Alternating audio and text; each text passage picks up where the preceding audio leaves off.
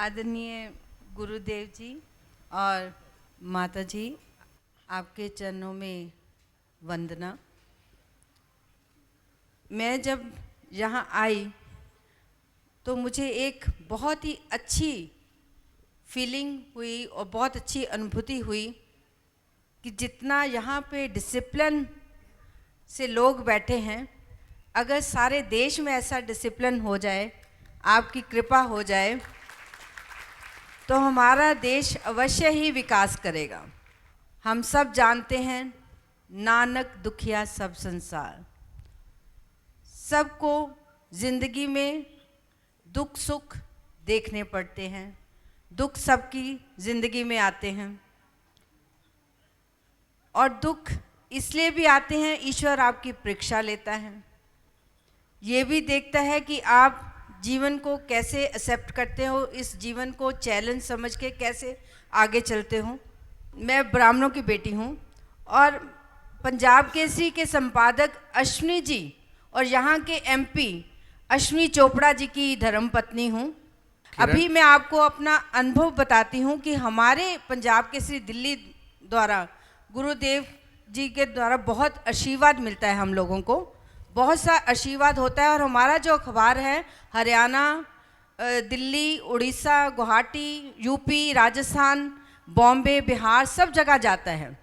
तो जब गुरुजी का आशीर्वाद छपता है, जैसे कि आज भी सारे पेज पे लगा हुआ था, तो कुछ वर्ष पहले मुझे गुवाहाटी से फ़ोन आया, क्योंकि मैं बुज़ुर्गों का काम करती हूँ, हमारी हेल्पलाइन चलती है। तो एक बुज़ुर्ग ने गुवाहाटी से फ़ोन किया कि मैं किरण मैम से बात करना चाहता हूँ। मैंने कहा बताइए। मैंने सोचा कोई बुज़ुर्ग है, वो मेरे काम के बारे में जानना चाहता है।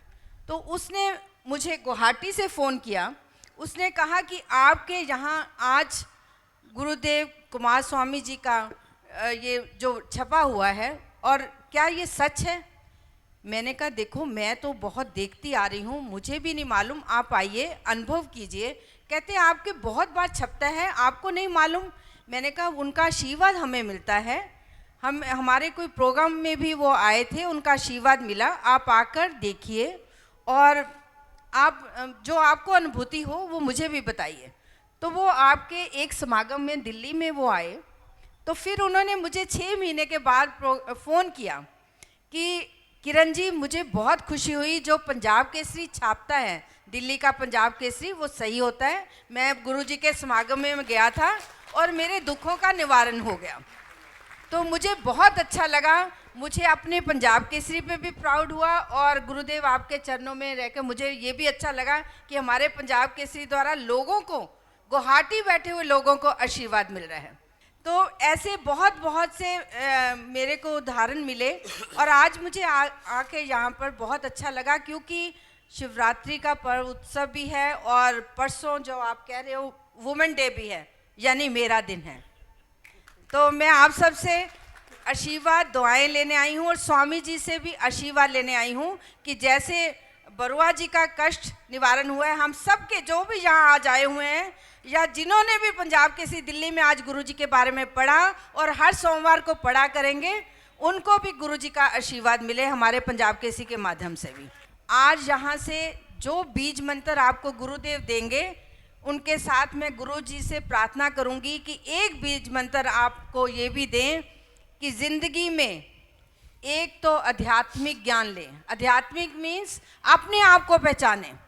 जो गुरुजी ज्ञान देंगे वो तो देंगे ही, एक अपने आप को पहचाने कि क्या है, क्या करने आए हैं यहाँ पे, और मनुष्य हैं, अच्छे कर्म करने हैं, कोई भी जाति पाति के बंधन में ना बंधे, जैसे कि पीछे हमने हाल देखा है। तो मैं ये यहाँ इस मंच से ये कहूँगी कि हमें ज़िंदगी में ज़रूरत है एक अच्छे इंसान बनने की, आध्यात्मिक ज्ञान की, अपने आप को पहचानने की कि ज़िंदगी में ईश्वर ने एक आपको ज़िंदगी दी है। अच्छे काम कीजिए, अपने माता पिता की और घरों में बुज़ुर्ग जो हैं उनकी सेवा कीजिए, और जब आप रात को सोएं तो ये सोचकर सोएं कि आज मैंने क्या अच्छा काम किया है। तब आपके कष्टों का निवारण होगा, ये मैं आपको बता दूं।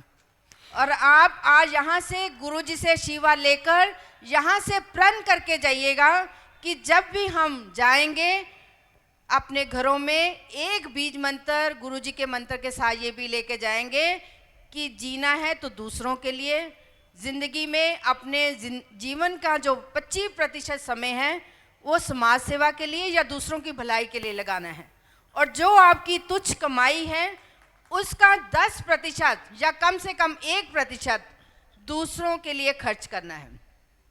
करेंगे आप? अच्छे काम करेंगे वो हाथ खड़ा करें जरा। मेरा आप सबसे यही अनुरोध है कि जब जब आप सब लोग गुरुजी के पास आए तो एक प्रण हमेशा लेकर जाएं कि ज़िंदगी में हम आए हैं तो अच्छे कर्म करेंगे, परंतु ये ना हो जैसे मैं एक बात बताना चाहूँगी कि एक व्यक्ति कबीर को मिलना चाहते थे, तो उसने एक दूसरे अच्छे व्यक्ति से पूछा कि मुझे कबीर से मिलना है, मैं कहाँ मिलूँ? उसने कहा इस समय शमशान घाट में चले जाओ, कबीर जी वहाँ हैं। वो व्यक्ति गया और तुरंत वापस लौट आया। उसने कहा कबीर जी मिल लिए? वो कहते नहीं, मुझे तो वहाँ पहचान नहीं हुई।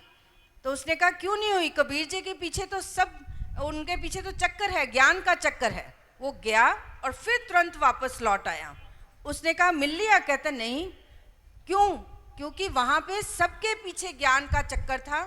जब हम शमशान घाट में जाते हैं तो हम कहते हैं जीवन क्या है, अब यहाँ से बाहर निकलेंगे तो हमने तो एक दिन मरना ही है, अच्छे काम करेंगे।